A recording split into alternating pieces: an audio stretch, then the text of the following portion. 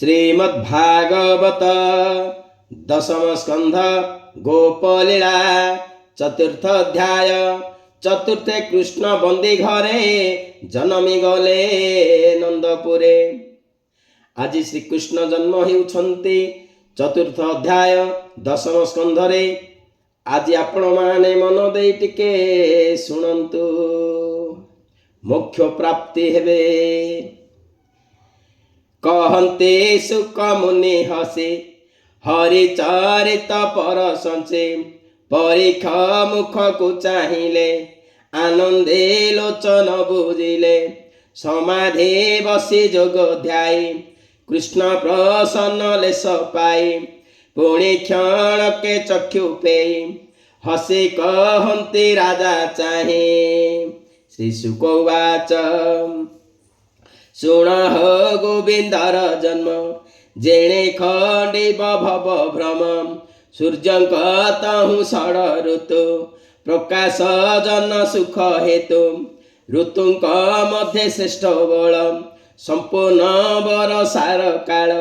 भाद्रव मास कृष्ण पक्षे, सकल ग्रहे छन्ते उच्चे। अष्टमी निशा अर्ध भागे, रोहिणी नक्षत्र संयोगे। वृष राशि रे निशा कर, नक्षत्र ग्रहे बलियार। गभीर घोर मेघ घोष, वर्ग उत्तम नव अंश। एहि समय सुर राय, आकाशे उत्सव कराए। दुंदुभि वाद्य नाद झोरा, रंगे नाचन्ति अप्सरा। देवे करन्ति पुष्प वृष्टि, खंडिबे गोविंद अरिष्टे। इंद्र पवन कुहकारी, बोलई जाओ मधुपुरी। तोहर गंध गुण घेनी, आनंदे बही भूमेदिनी। कंसर बंदी घरे जाई, बही भूमलय पुराई। इंद्रर आज्ञा पाई बेगे, समीर चली गला बेगे। समीर चली गला आगे, पवन गला मधुपुरे। बहे सुगंध रस भरे, निर्मल दिशिला गगन। महिमंगल विद्यमान, ग्राम पाटणापुर देश। मंगल गीत नाद घोष, नदी उछुलिले जले। पक्षींक नाद वृक्ष डाले, स्तबक पुष्प बने फुटे। गंध प्रसरई प्रकटे, विप्रे मंगल वेदनादे। अनले खेपन्ति समिधे, आनंदे हेउ अछि मही। कृष्ण जन्मिबे देह बही, बथाए देव की उदर। स्वामी को बोलन्ति उत्तर, भूनाथ चिंत नारायण। केशहु गर्भर कषण, शुणी वसुदेव उठिला। देवकी कंकाल धोइला, आवरी गोविंद सुमरी। भये चिंतई नरहरि, आकाशे उदे निशा कर। गोविंद उदरु बाहार, नील जिमुत देह कांति। बलय मणि झटकंती, पित्त बसन कटि सहे। रूप कोटिए काम मोहे, कटि में खला सुना सुता। उत्तरे सुवर्ण पैता, किरीटे कुंडल कंकण। पादे नूपुर ऋण जुण, दिशे शंख चक्र तेज। मर्कत स्तंभ चारि भुज, गदा कोमल शंख चक्र। अधर उष्ट रंग रेख, श्रीवत्स चिन्ह हृदय सोहे।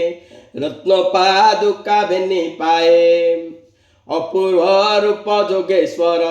देव मानवे अगोचर, देवकी प्रसवीण सुत। श्रमे होइला मोहगत, पछे वसुदेव थिला। कृष्ण रूप को अनाइला, स्थिरे चाहिला वसुदेव। देखिला अनादि माधव, क्षणे रहिला स्थिर होई। कृष्ण को देखि विचारई, पुणी हारिला सेहु ज्ञान।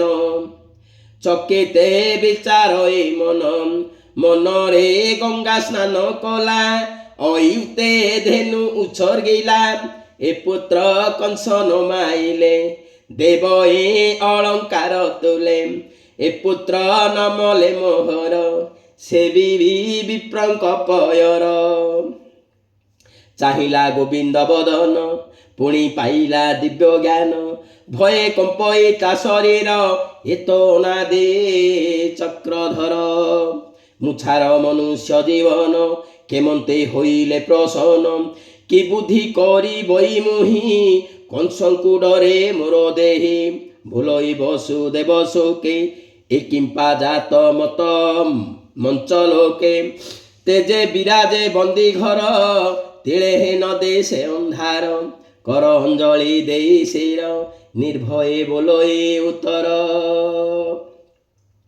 ଶ୍ରୀ ବସୁଦେବ ଉବାଚ ତୋହର ଆଦି ଅନ୍ତ ନାହିଁ ପ୍ରକୃତି ତୋତେ ନ ଜାଣଇ କେବଳ ସୂକ୍ଷ୍ମ ରୂପ ଶୂନ୍ୟ ମୁନିଙ୍କ ଚିତ୍ତେ ଜ୍ଞାନ ଗମ୍ୟ ତୋହରି ମାୟାରେ ଜଗତ ମହତ ଆଦି ପଞ୍ଚଭୂତ ତହିଁରେ ନହୁ ତୁ ପ୍ରବେଶ ପ୍ରାୟ ତୋ ପ୍ରକାଶ ବାହାର ଭିତରେ ଅନନ୍ତ ସୃଷ୍ଟି କରୁ ତୁ ଆତ ଜାତ ବୁଦ୍ଧି ଲକ୍ଷଣ ଗୁଣ ଘେନି ତୋତେ ଚିନ୍ତନ୍ତି ଦିବ୍ୟ ଜ୍ଞାନୀ କାହୁଁର ଦେଖିବେ ଦେହବନ୍ତ ତୁ ଦେବ ଅନାଦି ଅଚ୍ୟୁତ ଜଗତ ତୋର ତହୁଁ ଜାତ ପାଳିଣ ପୁଣ କରୁଅନ୍ତ ଜଗତ ଉପୁଜିବା କାଳେ ଅରୁଣ ବର୍ଣ୍ଣ ହେଉ ବେଳେ ପାଳିବା କାଳେ ଶୁକ୍ଳବର୍ଣ୍ଣ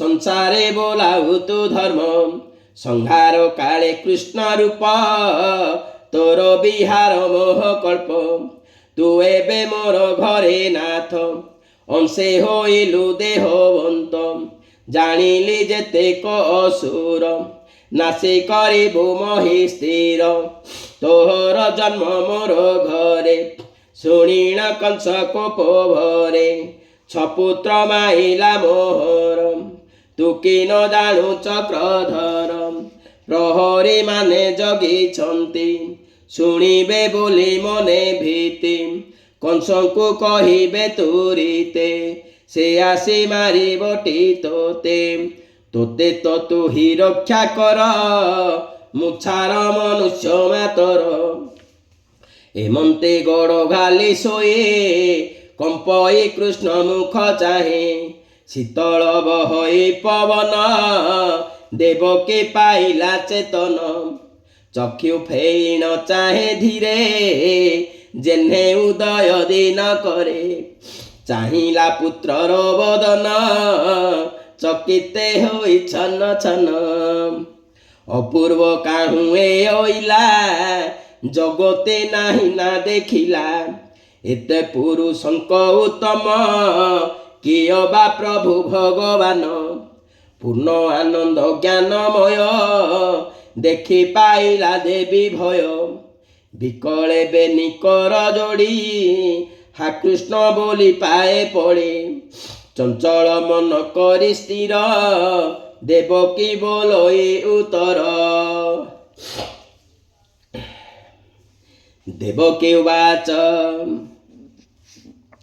ভোনাথ নিস্তরিলি মুহি তোর আদি অন্ত নাই মন বচনে ন পায়ে প্রসন্ন হুয় মতে তুহি জ্যোতি স্বরূপ নিরঞ্জন निर्मल पुण्य दिव्य ज्ञान देवे गोचर नहे जेहु आध्यात्म दीप महाबाहु ब्रह्मार अंते मोहि नासे ब्रह्मांड लुचंती आकाशे मनर मूले पंचभूते तोहर देहे लीन हते रवि शशांक नाही केहि तू मात्र रहु शेष होई निमिष आदि जेउ काल तोहर चेष्टा अंतराल एमते मृत्यु सर्प रूपे दंशिब बलि महाकोपे देखई प्राणी की निरत करई क्षणे क्षणे ग्रस्त शरण तोर पादे जेहु मृत्यु पाइब ताकु काहु बाहुड़ी होए से निराश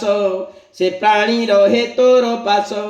ତୁ ଏବେ ରଖ ହରି ତୋତେ କଂସକୁ ନ ଯାଇ ପରତେ। ମୋର ଉଦରୁ ତୋର ଜାତ ଲୋକେ କରିବେ କାହୁଁ ସତ। ତୋ ରୂପ ନ ଜାଣନ୍ତି କେହି କଂସକୁ ଡରେ ମୋର ଦେହି। ଶୁଣି ବୋଲନ୍ତି ନାରାୟଣ ଭୋମାତ ଶୁଣ ମୋ ବଚନ। ବ୍ରହ୍ମା ଯେ ସୃଷ୍ଟି ଭି ଆଇଲା ତୁମ ଦୁହିଁକି ଜାତ କଲା। ପୃଷ୍ଣି ସୁତପା ନାମ ବହି ଜନ୍ମ ହୋଇଲ ତୁମ୍ଭେ ଦୁଇ। ତାର ଆଦେଶ ଘେନି ଶିରେ ମିଳିଲ ଗହନ ବନରେ। ଅନେକ ଦୁଃଖେ ତପ କରି ଜଳ ପବନ ପତ୍ର ଚରି। ବରଷା ଗ୍ରୀଷ୍ମ ଶୀତ ହିମେ ଶ୍ୱାସ ନିରୋଧୀ ମହାଶ୍ରମେ। ସତେ ବରଷ ଦେବ ମତେ ତପସାଧିଲ ଦୃଢ଼ ଚିତ୍ତେ। ନିରତେ କଲ ମୋତେ ଧ୍ୟାନ ମୁଁ ପୁଣି ହୋଇଲି ପ୍ରସନ୍ନ। ଆନନ୍ଦେ ଯାଚିଲି ମୁଁ ବର ଜାଣିଲି ତୁମ୍ଭର ବିଚାର। ମୋର ଭକତି ହୃଦେ ଲଇ ଭାଳିବ ରହି ତୁମ୍ଭେ ଦୁଇ। ବୋଇଲ ଶୁଣ ଚକ୍ରଧର ଆମ୍ଭର ହୋଇବ କୁମର। ପ୍ରଥମେ ହୋଇଲି ମୁଁ ଜାତ ନାମ ମୋ ପୃଷ୍ଣି ଗର୍ଭ ଖ୍ୟାତ। ଦ୍ୱିତୀୟ କଶ୍ୟପ ଅଦିତି ରୂପରେ ତୁମ୍ଭ ଉତପତେ। ମୁଁ ପୁଣି ତୁମ୍ଭ ଗର୍ଭେ ଜାତ ଉପେନ୍ଦ୍ର ବାମନ ବିଖ୍ୟାତ। ମୋର ନାମ ଭାବଗ୍ରାହୀ ଜନ୍ମିଲି ପୁଣି ଦେହ ବହି। ପୁତ୍ର ଲାଳସେ ପାଳି ମୋତେ ପଶିବ ମୋର ଦେହେ ଅନ୍ତେ। ଦେବଙ୍କ ବଚନେ ମୁଁ ଜାତ କରିବି ଅସୁର ନିପାତ। ଆଉ କହିତେ ନାହିଁ ବେଳ ମୋତେ ଘେନିଣ ବେଗେ ଚଳ।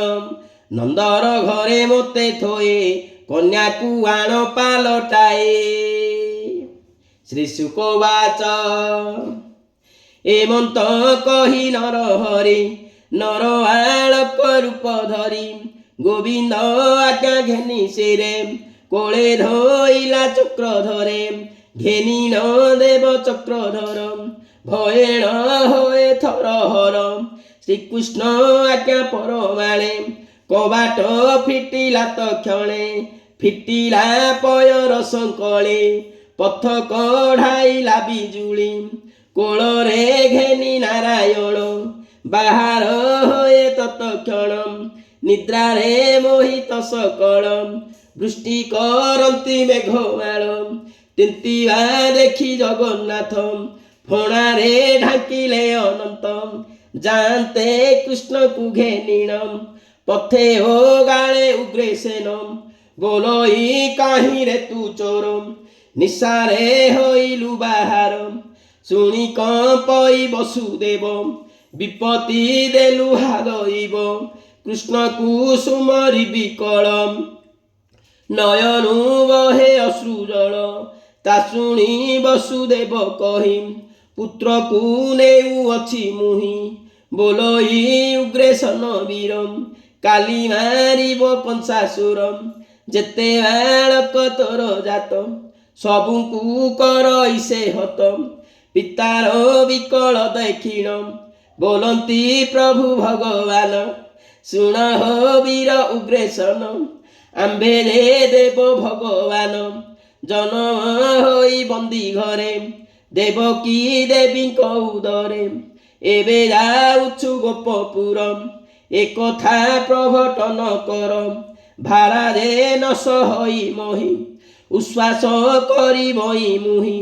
ଶୁଣି ବୋଲଇ ଉଗ୍ରସେନ ତୁ ଯେବେ ଦେବ ଭଗବାନ। ଦେଖାଓ ଶଙ୍ଖ ଚକ୍ର ଚିହ୍ନ ସମ୍ପ୍ରତେ ଯିବ ମୋର ମନ। ଭୃତ୍ୟର ତ ସେ ଭାବଗ୍ରାହୀ ଶଙ୍ଖ ଚକ୍ର ଚିହ୍ନ ଦେଖାଏ। ସ୍ତୁତି କରଇ ଉଗ୍ରସେନ ଚରଣେ କଲାକ ପ୍ରଣାମ। ଶ୍ରୀମୁଖେ ତାକୁ ଆଜ୍ଞା ଦେଲେ ନୃପତେ ହୋଇ ବୋଇଲେ। ହରଷେ ବସୁଦେବ ଗଲା କୃଷ୍ଣକୁ ଘେନିଣ ଚଳିଲା। ନଦୀର ତୀରେ ଯାଇ ମିଳେ ଦେଖିଲା ଯମୁନା ଉଛୁଳେ। ଯମର ବହେଣି ଯୁକତ ଗଭୀର କେ କରିବ ଅନ୍ତ। ବହଇ ନଦୀ ଖରତର ଫେନ ସ୍ରୋତରେ ଭୟଙ୍କର। ନଦୀରେ ପଶିଲା ବହନ କାତରେ ଅତି ଭୟ ମନ ନାସାରେ ପସନ୍ତେଣ ପାଣି ମୁଣ୍ଡେ ବସାଇ ଚକ୍ର ପାଣି ବୁଢ଼ୀ ନ ଯାଆନ୍ତେ ବସୁଦେବ ହୃଦୟ ଚିନ୍ତଇ ବାସୁଦେବ ହରିଙ୍କି ଦେଖି ଭୟ କଲା ବାଲି କୁଦରେ ବାଟ ଦେଲା ଚଳିଲା ନଦୀ ପାର ହୋଇ କୃଷ୍ଣକୁ ହୃଦୟରେ ଲଗାଇ ମିଳିଲା ଯାଇ ଗୋପପୁରେ ତକ୍ଷଣେ ନନ୍ଦର ମନ୍ଦିରେ ନିଦ୍ରା ମୋହିତ ସର୍ବଜନ ଭये ଚାହିଁ ଛନ ଛନ ଅମ୍ବିକା ହୋଇ ଅଛି ଜାତ ଯଶୋଦା ନିଦ୍ରାରେ ମୋହିତ ଯଶୋଦା କୋଳେ କୃଷ୍ଣ ଥୋଇ କନ୍ୟା ଆଣିଲା ପାଲଟାଇ ମିଳିଲା ଦେବକୀ ନିକଟ ତକ୍ଷଣେ ପଡ଼ିଲା କବାଟ ଲାଗିଲା ଚରଣେ ଶଙ୍ଖୋଳି ଦୁହିତା ଛାଡ଼ିଲା ବୋବାଳି ହରିଚରିତ ସୁଧାବାଣୀ ଶୁଣି ନିର୍ମଳ ହୁଅ ପ୍ରାଣୀ ଶ୍ରୀକୃଷ୍ଣ ଜନ୍ମ ରସଭର ଶୁଣି ସଂସାର ହୁଅ ପାର ପରୀକ୍ଷେ କହେ ସୁକମୁନି ପୁରାଣ ରସ ଗୀତ ବାଣୀ